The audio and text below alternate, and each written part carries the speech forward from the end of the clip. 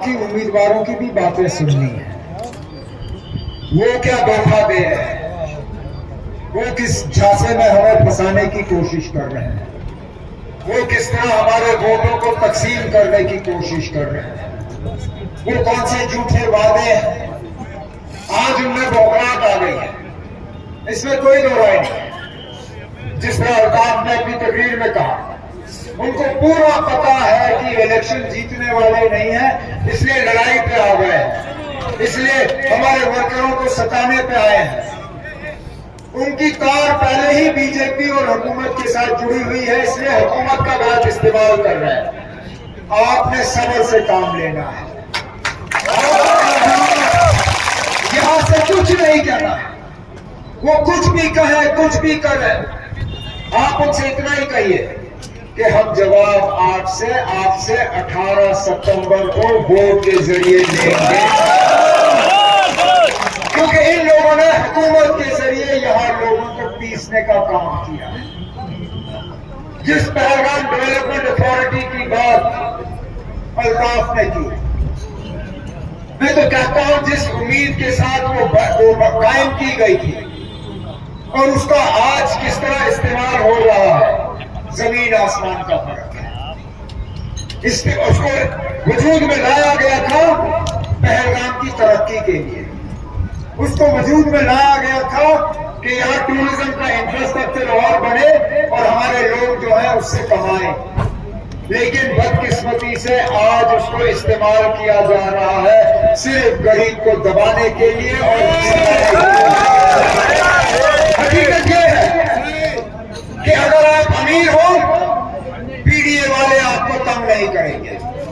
हकीकत यह है कि अगर आपका ठीक है, ये पीडीए वाले आपको तंग नहीं करेंगे। हकीकत यह है कि अगर आप आशा रसूख रखने वाले हो, पीडीए वाले आपको तंग नहीं करेंगे। आप बड़ा मकान बनाओ, कोई कुछ नहीं कहेगा। आप बड़ा होटल बनाओ, कोई कुछ नहीं कहेगा। आप बड़े दुकान खड़े करो, कोई कुछ नहीं कहेगा।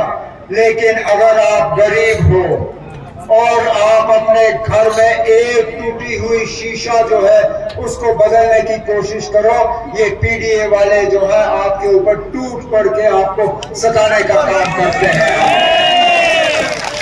आज घर में रंग रोगन की भी ये लोग इजाजत नहीं देते हैं।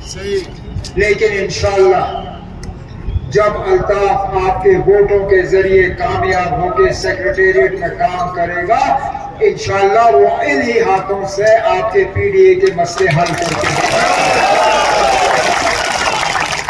इसी तरह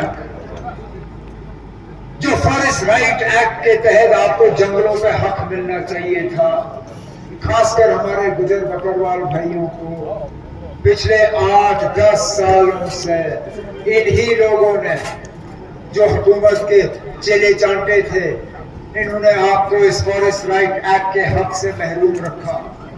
इंशाअल्लाह 8 अक्टूबर को हमारी हुकूमत बनेगी, हम आपको ये हकूक वापस देंगे। बिजली के प्रोजेक्ट बने, बिजली की तारें लगी, खंभे लगे, लेकिन बिजली या तो हमें पहुंची नहीं, या तो फिर बिजली का बिल आसमान में। मैं ऐश मकाम की सरजमीन पे आया था अपने इस नौजवान साथी के लिए वोट मांगने के लिए। उस वक्त नेशनल कॉन्फ्रेंस के मुताबिक लोगों की राय कुछ ठीक थी नहीं। हमारे मुखालिफ अलग अलग जज्बाती अंदाज में तकरीरें कर गए और नेशनल कॉन्फ्रेंस के खिलाफ एक हवा बनी। फिर इस नौजवान साथी को एमएलए के तौर पर चुना, लेकिन वक्त इसको बहुत कम मिला।